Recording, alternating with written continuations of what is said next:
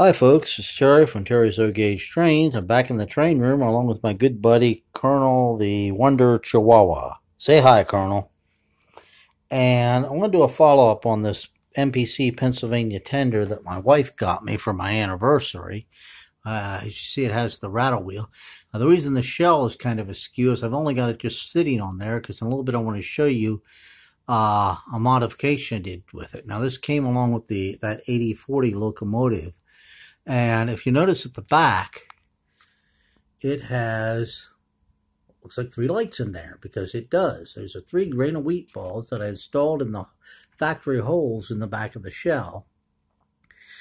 And, well, and then it's powered by a 9-volt battery wired to this push button. If I push it on, there you see, they are lit. White, red, white.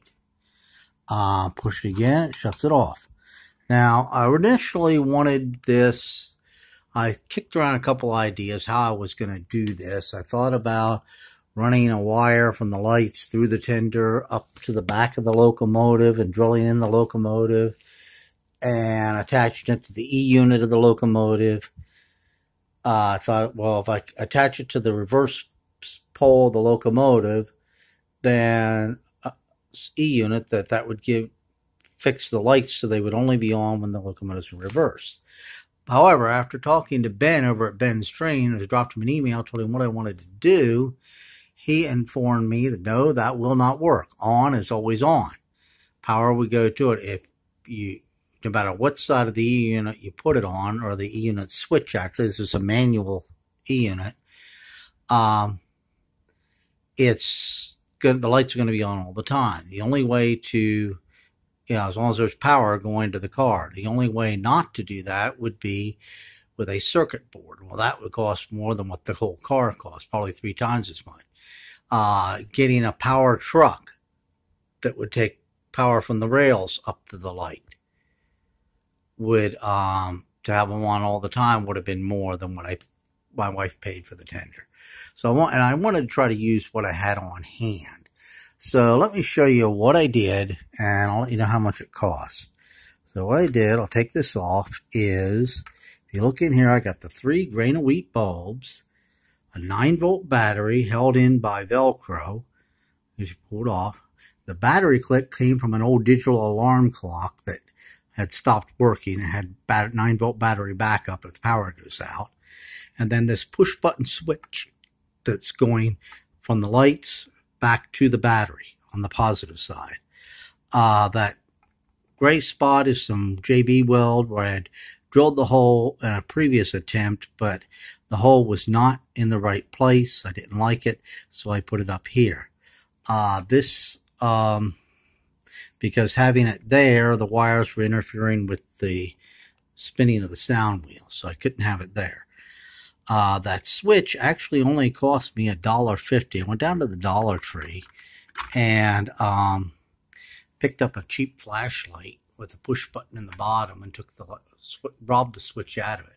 So for $1.50, I now have a tender that has sound and light. And you can actually simulate directional light, lights with this, backup lights as it were, by simply putting, and I'll demonstrate this for you. I'm going to pause it and put on the video and show you how you can do that. So if you just hold on, I'll put everything back together and show you how that works.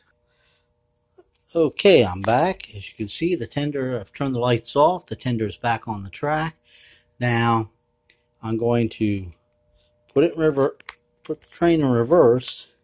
I'll hit the switch, and at the same, hit the switch, and then hit the push button. The lights are on. Back the locomotive up. Okay, something's not on the track. Let me check that. Okay, the locomotive is back on the track now.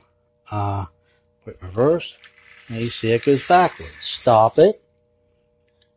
Put it forward. Hit the switch, and now you can run it forward. Again, somebody jumped off the track. Hold on here. My mistake, it just wasn't all the way in forward. So there it goes in forward, and you see it runs very nice. You can have it off, or if you want, stop it, you hit the switch, you can run it with the lights on the tender on all the time. It really just depends on your preference. Or you can simply have them on when you back the locomotive up. So for what it is, for only costing $1.50, it looks great, it runs great, and it works. Now, as you can see, that switch, when you're right up close, you can't even tell that it was modified in any way. Let's stop it here. So, you can't even tell that the tender was modified in any way, shape, or form. As I said, it looks nice, it runs great. We'll let it go around the track. So I hope you enjoyed this video. It was very easy to do, only took about 20 minutes. If you have the parts, it's very easy. If I can do it, anybody can do it. Just basic soldering skill, using a hot glue gun to put everything up out of the way. Secure it inside the shell, and after that, yeah, a drill, and you can have this too if there's something you would want on your lab. You can do it with any tender. So it's a cheap way of putting lights in a car, and a tender didn't have them, and it works. That's really the cool thing about it. And it only costs $1.50. So, excuse me. I hope you like this video. If you do, be sure to comment and like. If you have any questions, you can leave them in the comments too, and I'll try to answer them as best I can. So that is all from Terry's O-Gauge Train, and I hope you enjoyed the video. Thank you for watching.